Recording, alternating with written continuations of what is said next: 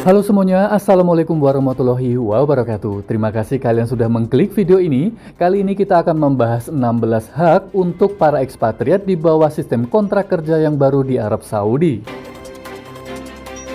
Menjadi seorang ekspatriat, Anda harus mengetahui hak-hak Anda yang diberikan oleh Undang-Undang Ketenagakerjaan Saudi untuk menghindari perlakuan tidak adil atau pemutusan hubungan kerja oleh majikan.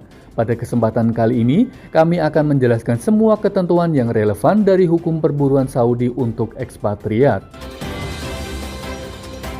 Hak yang pertama adalah tentang biaya perekrutan.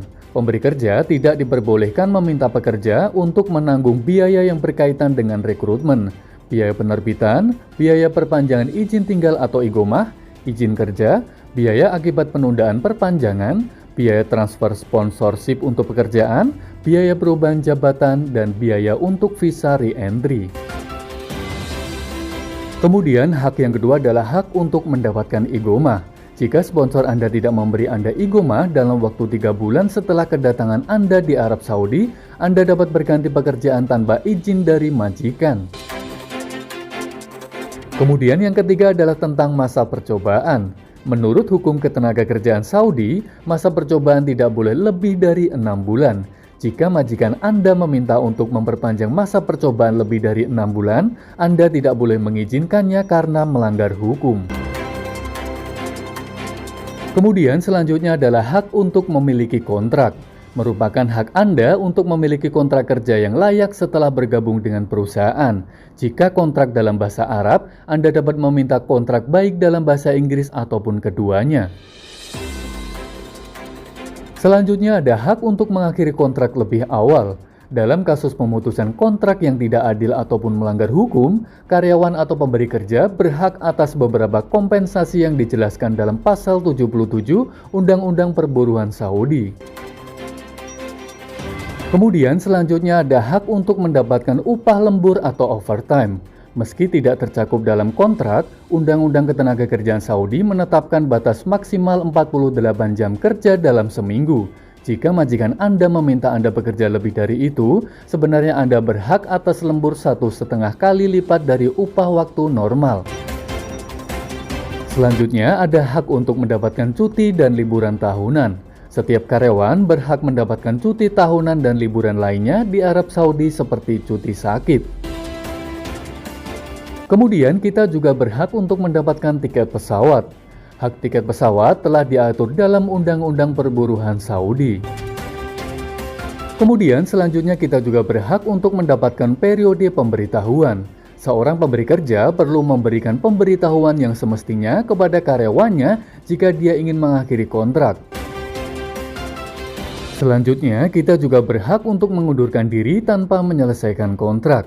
Ada beberapa kasus ketika seorang karyawan dapat mengundurkan diri tanpa menyelesaikan kontrak dan tanpa memberikan pemberitahuan kepada pemberi kerja. Kemudian, kalian juga berhak untuk mendapatkan manfaat akhir layanan. Karyawan berhak mendapatkan manfaat layanan di akhir masa kerja mereka atau yang lebih sering kita kenal dengan dana pensiun. Selanjutnya, kalian juga berhak untuk mendapatkan biaya untuk berganti pekerjaan. Menurut hukum ketenagakerjaan Saudi, majikan baru yang menerima transfer karyawan akan menanggung semua biaya transfer igomah atau berganti pekerjaan. Kemudian kalian juga berhak atas dana kematian ataupun cacat di tempat kerja.